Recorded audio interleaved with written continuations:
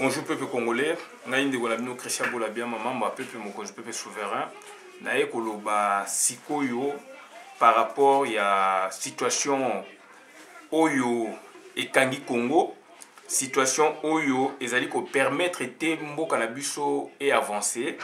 Ezali situation oyo boyebi yango, tozali ko vivre yango.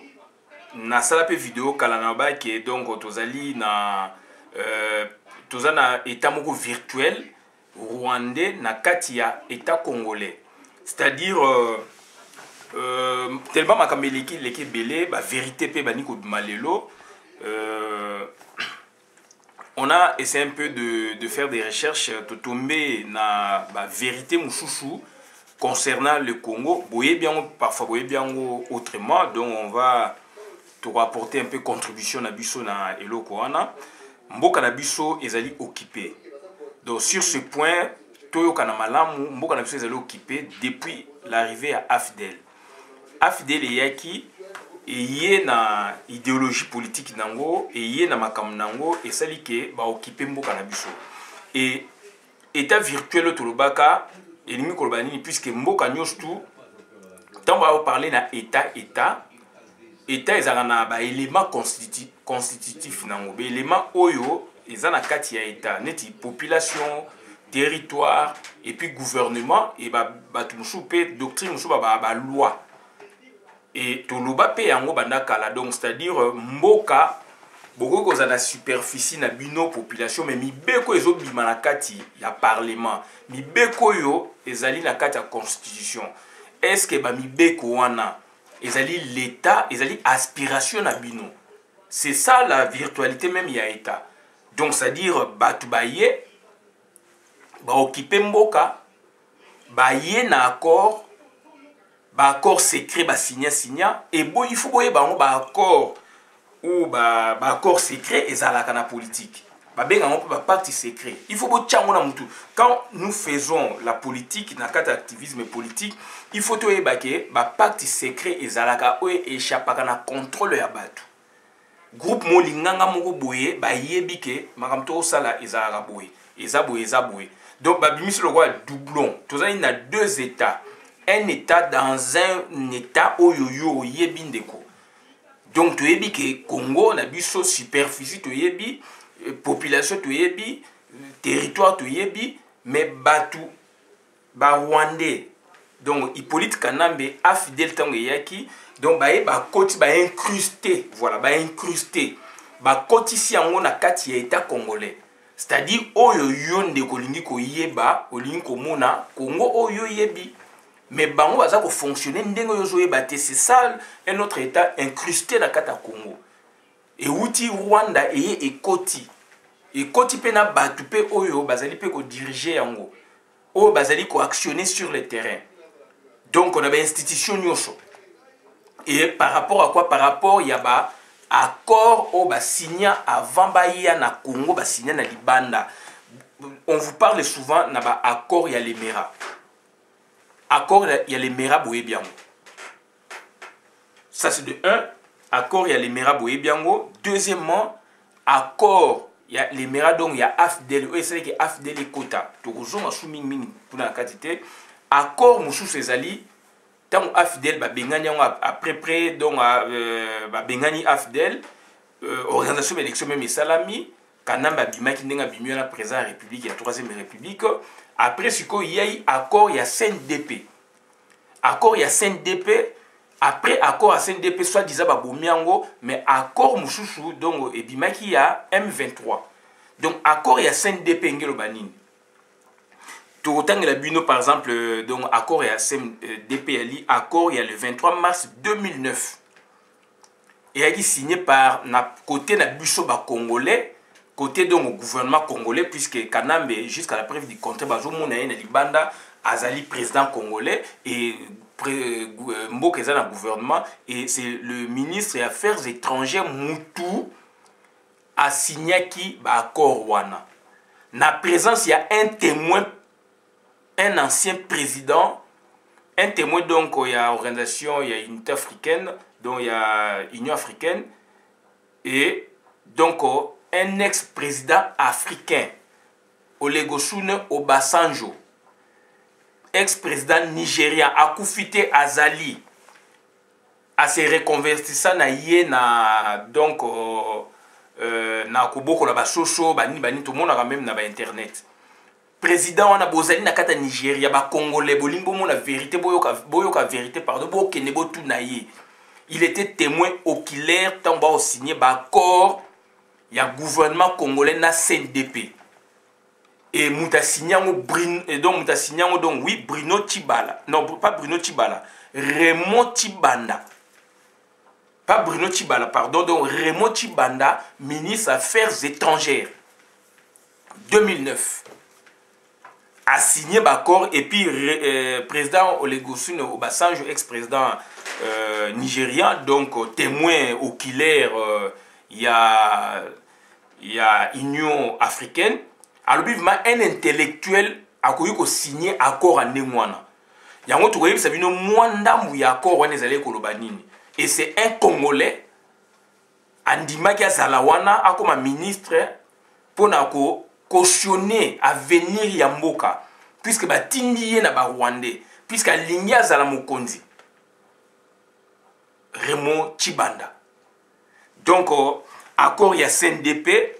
Na gouvernement congolais tant boyoka qui va signer l'accord wana c'était quoi en fait il y a toujours le même accord au ba signer les biso oyo il y a Saint-Sylvestre ezali clarté donc ce sont des intellectuels congolais qui étaient là mais ils ont produit quoi du brouillon. C'est la même chose na accord, il y a CNDP na M23. Aujourd'hui, donc, branche armée, on a signé l'accord M23, CNDP, puisque AFDEL et Boti CNDP. AFDEL et Boti na RCD et belé. Roubewa, Boé, autant de RCD. Et puis, AFDEL, donc, ou RCD, et Boti CNDP. Et CNDP et Bota M23. Bande konanga bolingi tolo bana munoko nini. Mboka ezali occupé. Mboka basomba yango. Accord à l'Emera ezali. Accord ya CNDP ezali. Accord ya M23 ezali. Mboka koza développer nini. D'un côté, biso ba pillage. D'autre côté, on a une réalité virtuelle, on a une réalité moussoussou, on a appliquer na Congo, on a calquer na Congo. C'est ça la manœuvre où ils ont ça na Congo. Biso toujours mon Congo, ba ministre mais il y a une sorte de gouvernement parallèle toloba yango. Les loyo to landi ba makambu ebele avec le temps et puis biso moi mayele. Et on a compris pourquoi Nicolas Sarkozy, tant qu'il y a Congo, je pense en 2010, a eu une co-gestion des ressources minières entre le Congo et le Rwanda. Parce que c'était contenu dans l'accord, il y a CNDP, en 2009. Autant il y a quelques articles, et ça m'a mingi. Article 1 et 1er, on parle de la nationalité congolaise. Donc le gouvernement congolais a payé une nationalité congolaise na Batuya Kunda Batouari. Et puis Batuya Kunda Batouari Batuya CNDP bazana droit ya kope sa candidature na l'échelle nyoso ti na présidence. Donc banda na bourgmestre ti na présidence de la République. Article 4 lobby territoire Minembwe Badua Kiri na Kasha police na militaire et Gozala donc dirigé naba Rwandais, c'est-à-dire na Batuya CNDP. Yango bo monaki vieux Cyprien Weti akene ko sala vidéo na mboka wana Minembwe oyoke to monaki ba Rwandais oyoke to monaki police wana ezali ba Rwandais rwandaise parce que ils ont dit suite, il y a accord, il y a CNDP. Bande konanga, ils ont dit passi mingi. Article 8. Ba minéré. Toujours quelques extraits. Article 8, bah, minéré. Bah, exploitation, il y a bah, minéré, il y a Congo. Il fait une co-gestion entre le Rwanda et le Congo. Quand on dit le Rwanda, il faut que na Uganda, puisque Uganda est parrain, tata ya Rwanda, il y a régime à Rwanda. Donc, article 8, il y a encore un CNDP minéré co-gestion. Il faut gérer en deux côtés. On Sarkozy, une année après, à Yéna Congo, à s'appuyer sur ça, à lobby à Monakata Congo. Toganga Toloba, mais il y a cet accord. Bato Bazali na Mobo Bimise la Bisso. Et Bimabo et physiquement na papier Tolobelango. Ba politicien congolais Bozali na Yango, Bozali Kobanga pourquoi? Bobi Bimise la Bisso Yango, Oyo donc, to sali ba recherche. Tu tombes sur un dossier, yango moni tozali kolobela bino mais toni to mona papier physique. Accord à l'Emera et c'est bima, bo bimisa biso accord ya CNDP, accord ya M23. Bo tcha on a porté à public, il y a peuple congolais. Et c'est ça le travail. Peuple il faut y ba makambu o ezo sama na mboka puisque mboka moyen ezala gouvernement moyen ezala développer te ba fulu partout ba maladie ba bazo kufa transport ezate donc ba mboka katani be rojo partout ba bazo futa bangote na Congo mobimba etc. Éducation ba ne baby budget moyen ezala bien ezate puisque toloba yango donc budget ya Congo ezoko katana donc une grosse bagatelle somme d'argent, il y a budget. Et ça, na budget, il y a CNDP, M23. C'est un gouvernement à part, c'est un gouvernement parallèle. Pour nourrir les Rwanda. Le budget à Congo est divisé par 2 ou par 3. Quand on vote le budget là-bas, 4 milliards de dollars, donc, vous avez 20 milliards. Ndamwe kei na compte à Fidel, ndamwe kei na compte à CNDP, ndamwe kei na compte à M23. Puisque ezali bazali batwana bazali bakota na armée bazaba généraux baboué. Ce sont des généraux parallèles, bazaba généraux ya biso de bien que balati ba tenu na biso mais bazo travailler na compte ya Rwanda et que bazaba territoire o lelo za ko revenir na bango kuna congolais a kota raté. Tutangeli bino Minembwe Badiakiri Kasha. Article 17. N'accord à CNDP. Ceux qui balobi, ceux qui rwandais, azali blessé ou akoufi, gouvernement congolais il faut indemniser soda rwandais ou rwandais wana. Bande konanga ezali passe mingi. Bande konanga ezali passe mingi. Et ceux qui congolais, donc à contraire, donc ça dit surtout qu'est-ce qu'on a sens contraire. Ceux congolais akoufi donc bagoui ko sale loko mogote.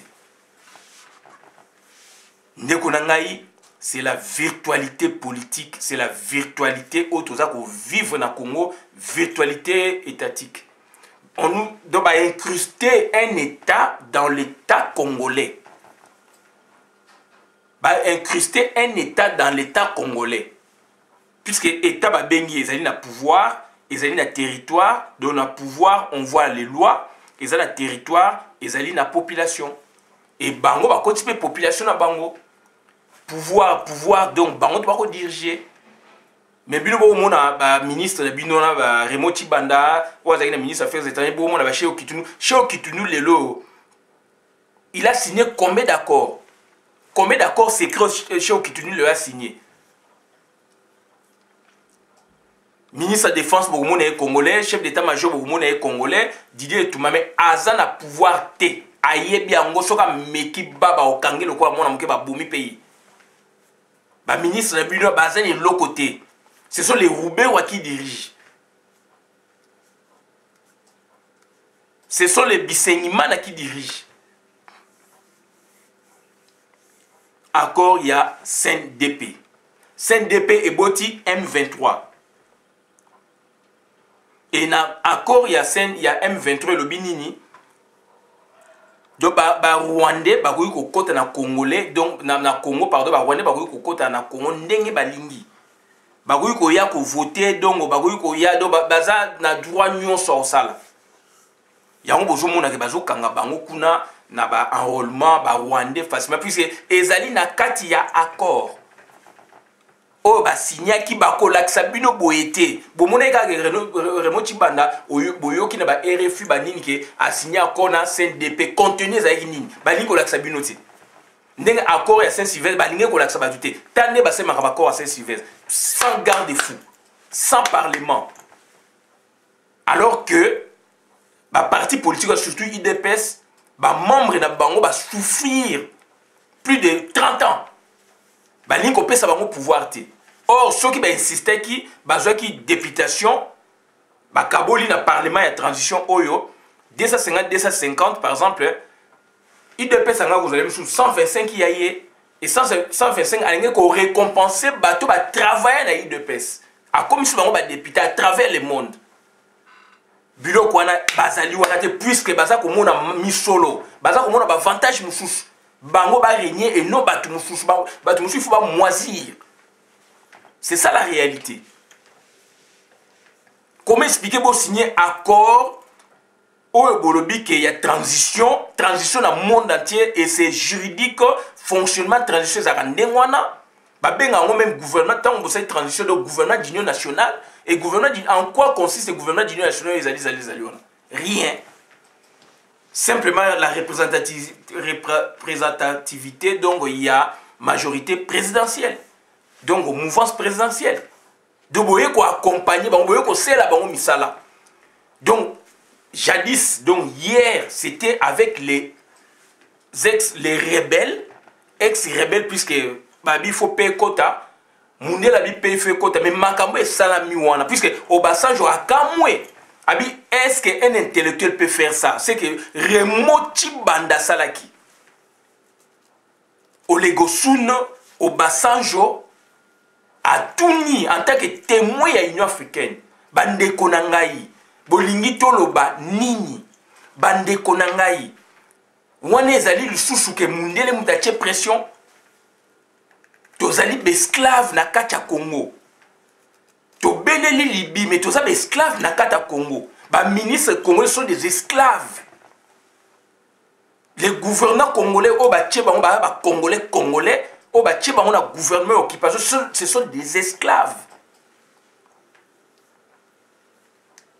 Olegosun Obasanjo Azali vivant, il est là, témoin, oculaire.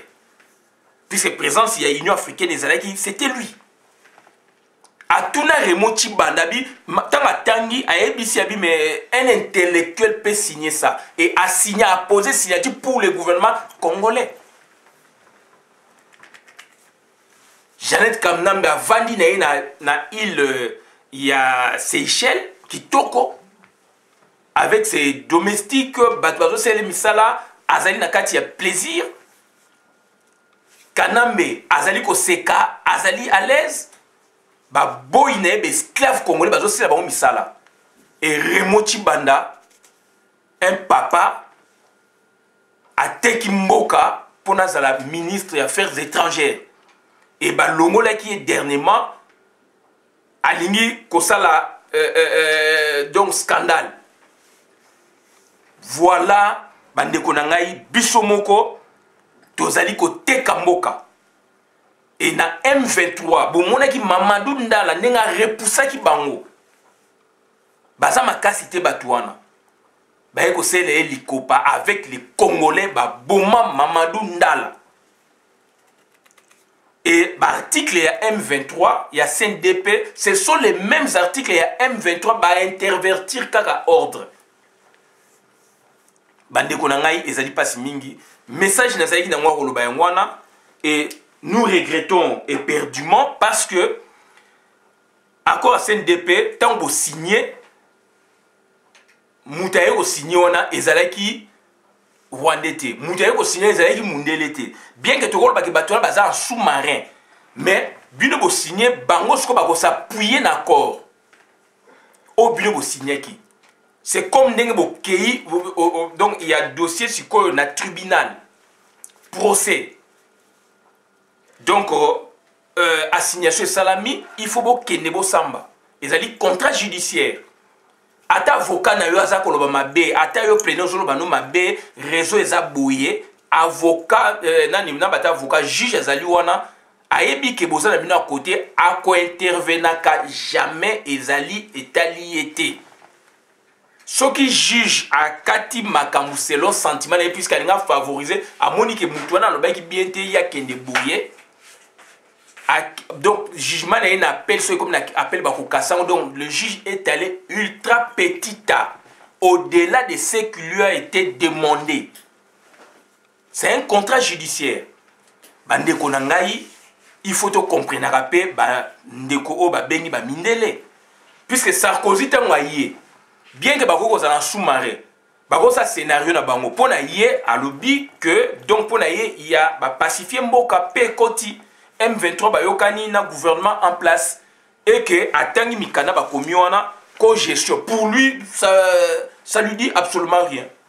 Et c'est normal boyokani za bongo. Et c'est ça le contrat. C'est ça l'accord. Accord ezali entre ba parti d'autres boyokani bongo ezali ba terme à référence au boyokani bo s'engager bo sela yango. Ba parti mususu ba tierce personne ba ko sala nini personne physique ou morale etali bango na nini. Yango wana toza ko yebisa bino accord à Saint-Sylvestre ndenge ba salaki yango ba teki mboka. Donc ba teki mboka ba salaki ba garde fouté. Na moment où la discussion n'est pas na parlement ma loi électorale équilibre ngeza la blocage ngeza puisque boza na batu o ya bino jeu politique et kobima wana o bazali ba congolais na moment o ba ngai ba bima ba renforcer encore à nouveau boza majoritaire pour na bo bloquer eloko wana mais bozali na ba garde fouté bo prévoyez qu'il en moté alors vous en aviez eu la possibilité de le faire. Et bolingi bo gouverner mboka lobby bandeko to loba nini et batu bazako kote la pebino c'est dangereux na mboka et mboka ekufi parce que il y a un mauvais leadership, il y a un mauvais leader na tête mboka, leader na cerveau moko ramoli, donc leader donc azali na vision moko écoutez azali même na vision te d'où tous les Congolais maintenant au balingi mbongo bazali kolanda yé puisque ezali ndazo pesa mbongo et vision na Congo et koufi ya politique. Cynisme côté vrai comme il faut faux et comme il vrai. Bolingi to lobati. Dans l'entretien tout ça ba enjeu minene o ezali koya le 31 d'après bino. Mais d'après la réalité il y a ba texte na bino donc moyen to loba sous ces athées. Et dans l'entretemps vous n'avez pas prévu des garde-fous. Batouba Bundeli Bino des années. Récompense les la transition. Gouvernement Batouba 20 personnes, moins de 50 personnes. Mais dans le parlement, na loba qui a autant na Monica Gabonan Bossisi Bakor, na bani ko belle la likolangomba.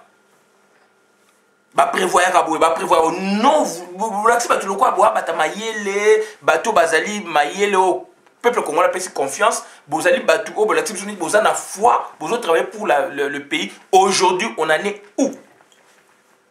Or, c'était l'unique occasion où jamais battu travailler avec une UDPS autant d'années, 20 ans, 30 ans, même 20 ans, 30 ans, donc 27 ans, tout à partir de 90, il fallait la récompenser. C'est une liste votée et cotisée. Ce sont des accords. Démocratie, c'est comme ça. Moi, j'ai vu la période de la transition, première transition, 90, 2011, j'ai vu comment on distribuait les pouvoirs. Puisque c'est la démocratie. Il suffit d'une simple coalition, paf, alliance, tant que pouvoir, quel côté majorité, ce sont des listes. Les élections, tu as gagné l'élection. Comment expliquer ça? Nous sommes un pays de fous. Nous sommes un pays de fous. Je ne peux pas croire dans les politiciens, excepté quelques talents. Excepté quelques talents dont j'étais le nom aussi. Nous sommes un pays de fous. Nous ne sommes pas donc représentés. Boteki Mboka, il a joué avec ses frères rebelles, entre parenthèses rebelles, les milices. Et ça, les milices, les rebelles, puisque les rebelles, normalement, il faut pas les Congolais. On dit qu'ils porter des étiquettes à Congolais dans le passeport, ils s'appellent les rebelles, mais ils ne sont jamais Congolais. Donc ce sont des milices, ce sont des mercenaires.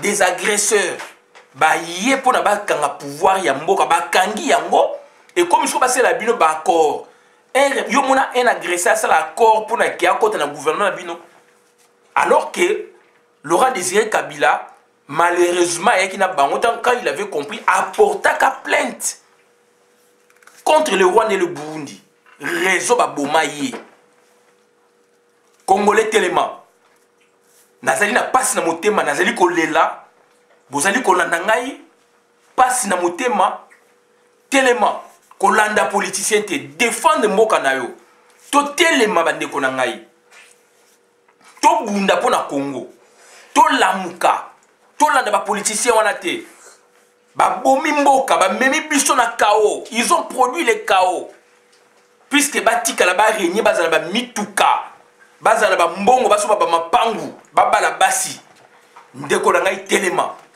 akoma mvwamba quelque part ndeko na ngai congolais telema mboka bateka yango don tozali na situation virtuelle CNDP zalaka na kati M23 zalaka na kati AFD zalaka na kati PPRD zalaka na kati UNC zalaka na kati c'est la virtualité politique un état virtuel au Congo un état incrusté Rwanda, Ougandais, Burundais incrusté dans notre appareil étatique. C'est un état dans un état. Et on a deux gouvernements parallèles dans le Congo. Un gouvernement pour les Congolais, Congolais, ministre Boé. C'est un gouvernement. Ça représenté na Bruno Tshibala. Mais il y a un autre gouvernement parallèle. Oh, ils allaient diriger dans Jeannette, ils allaient diriger dans Roubaix, ils allaient diriger dans Kabila. Et dans généraux par-ci par-là, c'est une autre armée ou des armées Rwanda, Burundi, Ougandaise incrustées dans le Congo, puisque ils allaient des milices, ils allaient des mercenaires, oh, sombaki, agresseurs, bazana Congo aujourd'hui, ce sont des officiers militaires. Si on est salari paix na bango wana accord na CNDP accord na M23 maintenant ba siko côté civil côté congolais côté parti politique pour ba sabino scénario ya accord ya cité Loya accord ya Saint-Sylvestre bande ko nanga ito telema tout ça, vidéo, c'est pas de la confusion. Tout ça, une ligne normale, tout ça, pour expliquer. Raison pour laquelle, hier, j'ai parlé dans sommet où ils allaient dans Rwanda. Et ils allaient dans lien dans Babiloko Oyo aussi quelque part. Parce que sommet où ils allaient responsabiliser Paul Kagame. Ça, c'est d'après ma compréhension. Par rapport à la situation, il y a virtualité. Il faut qu'on ait bimana mutamwana et bimana gueule wana. Si qu'on côté on a paix, na ex mercenaire, mercenaire, versé dans mon armée congolaise avec accord en dengwana. D'où si côté kuna moyen signé accord exact battu vendre ce qu'on aïe si côté civil côté politique. Les politiciens congolais, les civils, qui ont signé l'accord en Ndengwana.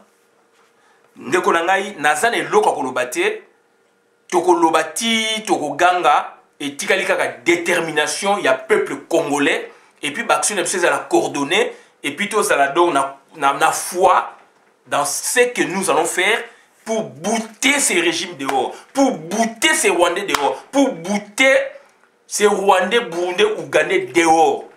Sinon, donc, Makamo et Bimina Libye, et ça déjà na Congo, puisque le ministre est déjà esclave, et Remo Tshibana Akenda ko signé devant l'autorité du monde, dont Olegosune Obasanjo, représentant, n'est-ce pas, témoin, il y a Union africaine, tant qu'ils ont signé Olegosune Azakoye Bisaye, ex-président nigérian, a commandé le Okoboko la Basoso, a gagné plus de 250 000 $, na Koboko la Basoso na yena ferme na yena. Salaire ou de l'équité dans la présidence. A tout niabi, un intellectuel peut signer cet accord. A signé yango parce que Atika la Nabo Konzi, il y a ministre. bandeko na ngai nazosenga to fouiller accord ya CNDP botia yango na public, bobimisa accord ya M23 botia yango na public et ko servir Batou. On a besoin de ça, de telles informations. Aujourd'hui, je fais des recherches poussées na internet na eko tomé na eloko moko ndengwana, donc ça m'a beaucoup édifié. Donc mboka était kamakala. Mboka était kamakala. Donc vous allez dans une situation virtuelle. Donc c'est un état expansionniste tout donc ça dit un état expansionniste Rwanda, Ouganda, Burundi incrusté dans notre état. D'où il y a deux gouvernements parallèles. Batieli bino leki soki ya jumelle soki ya usurpateur Hippolyte Kanam na parlement toyebi sabino. C'est elle la présidente du parlement. De créer les bino donc c'est-à-dire donc parallélisme, de créer les bino donc deux institutions parallèles, deux présidentes. Oyo mina wazo représenter ba Congolais, oyo azo représenter donc ba mboka wana do bato ba côté la biso. Et ce qui est dans le gouvernement, c'est pareil. Premier ministre donc Bruno Tshibala Zaliwana, Roubert Wazaliwana. Et Roubert Wazaliwana, 9 ministères dans 1+4. Ou à Beta Nangotolo. Bah, qui est dans l'opposition, c'est pareil. Bah, opposant au Bazali, caméra Zana Kati Nabino. Donc, ça dit, à chaque niveau, place, bah, Congolais Bazali, bah, dédoubler, armé. Didier Toumbazaliwana, mais Bisenima Nazali Pemenouana. Tokol Baki pour la police, bah, alors ça peut fonctionner à armée puisque na colonisation donc force publique armée ils ont ça la fonction doublée. Il y a armée na police. C'est ce que Bisenima a fait. Balongoli mais Balongoli il est en action pour les Rwandais autrement. Il travaille maintenant autrement pépélé pour les Rwandais. Azali ko travailler mais azali qui actif c'est quoi azali donc actif na ba Rwandais mais et pas d'habitude passif mais il travaille pour les Rwandais. Bandeko na ngai ezali passe mingi. Donc on a eka kolobela bino ya mwana donc bolanda vidéo bokabola yango pour na compte communauté nazo senga na population to telema to bengana batu oyo 2018 elekate 2018 le premier donc ça dit le 31 oyo bakende to telema et biso il faut to ça à l'unisson. Mais n'empêche que tout le bas. À l'unisson, mais n'empêche que tout le bas, puisque c'est dérangeant, c'est. Ils allaient pas si. Ils allaient pas si. Donc, à Tiki, puisqu'il y a des côté militaire, mercenaires, soldats, accord, ils ont rajouté, à comme ils ont signé, accord, n'a pas politicien civil au Yabino. Et sans garde-fou. Et voilà, donc, bon, qu'il y a une transition sans garde-fou, alors que va bounder la Bino des décennies et des décennies. Voilà. Donc, ils ont trop beaucoup de vidéos pour la compte de la communauté. Or, la transition des années pour satisfaire la liste. Le gouvernement a député ne batu bazaki belé. Donc, batu o baseli bino misala, baseli bino te, baseli parti politique misala autant d'années, bazora satisfaction de na moment on a botie bon ba liste ba koti na parlement. Mobutu sala yango, Union Sacré et sala yango. Pour la décennie proche. Surtout que sur la 60, il y a encore plus élargi. J'ai dit et je vous remercie pour la vidéo. Maintenant, on a compte la communauté. Merci.